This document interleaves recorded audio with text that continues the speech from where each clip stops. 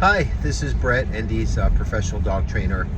So I made a video yesterday talking about how I want to put out some more posts talking about what I'm going to talk about at the IACP conference next month in Newport Beach.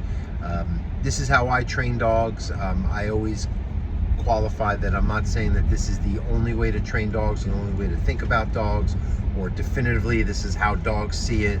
And that my way is better than others, although I have a lot to say about positive reinforcement trainers. Reality is that this is what works for me, and I've done it a long time, and my clients seem to be happy, and the dogs seem to be happy. If it works, and I'm always evolving it as I go. I like to give that disclaimer because I know some people might hear what I say and think that I'm speaking the way a lot of other trainers or internet experts talk about how their way is right and the other way is wrong. Or I'm crazy, or the way he's seeing it isn't true to form, or how dogs see it.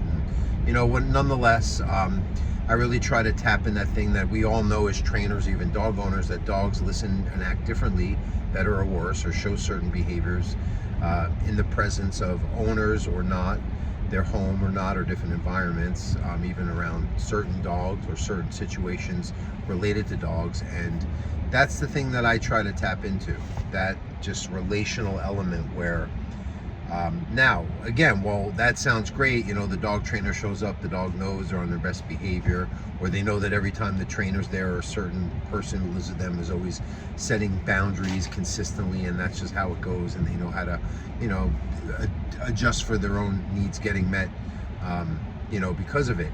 But then what about the people who are, well, the dogs are acting out around them, the dogs are walking all over them, the dogs are feeling this over vigilant, stimulated, or potential to get stimulated state every waking moment that the owner is present, or when they're moving around or they're sharing activities out in the world.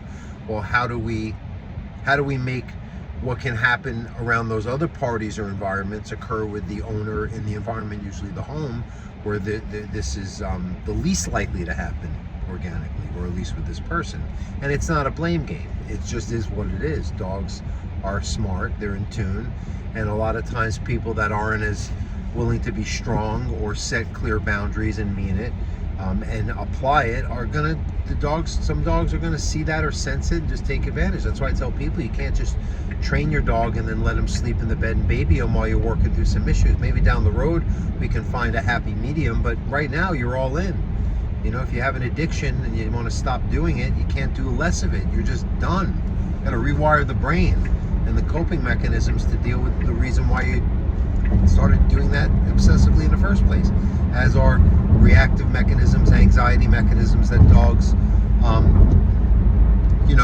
they show in the well provided for shared situations that they have when they live with humans. That's the saddest part for me, is that all dogs I see dogs that live in, luxurious surroundings sometimes, in the Los Angeles area when I see clients. So it's not for a lack of, it's just for sometimes too much of.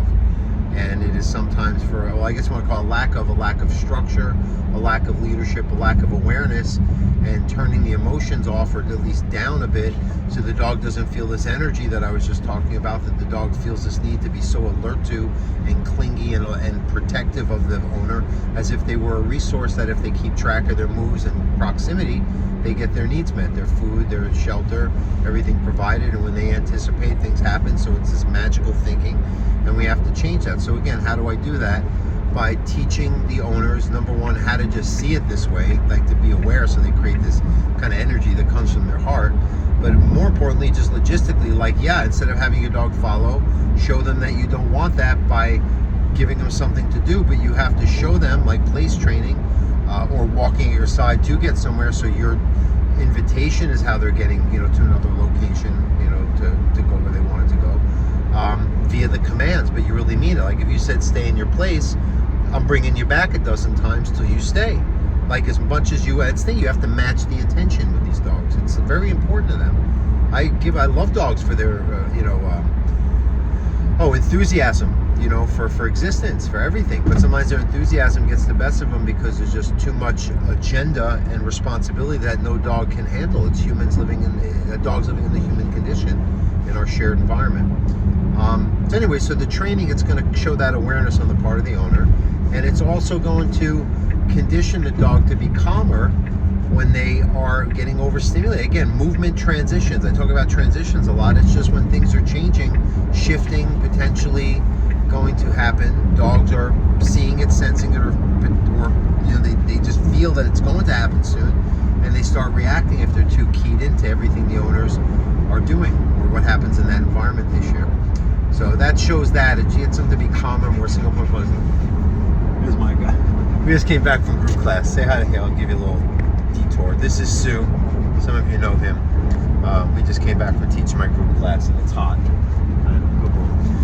So anyway, that's why I teach owners, because they have to become pack leaders. That's the reality. But I'm not going to have them start poking their dogs and going and just going through a doorway first. It's way more complex than that. And again, while you're acting the part relationally, you still have to teach the dog how to have an organized sensory system when they're spiking and getting overstimulated by little changes in movements and transitions, and big ones that actually triggers the problem behaviors we see, as reactivity, separation anxiety, and whatnot.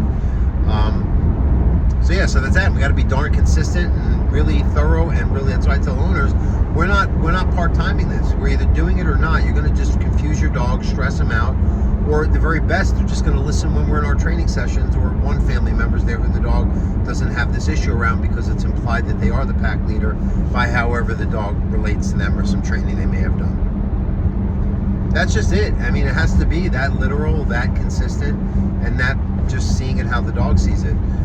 Hardest part of our job, right? But that's quite frankly like what it's about. It's not about training dogs. It's teaching the owners how to get their dog to respond. Even a board and train, anytime I've done that, if the owners don't have continued lessons, or I send them a lot of instructional videos that they're going to apply to a T, it just regresses very quickly after the dog spent time with me or with the trainer in our training session. Oh, Brady, listen, after a few days, well, what did you do after our lesson? Did you let it just go back, or did you start applying it?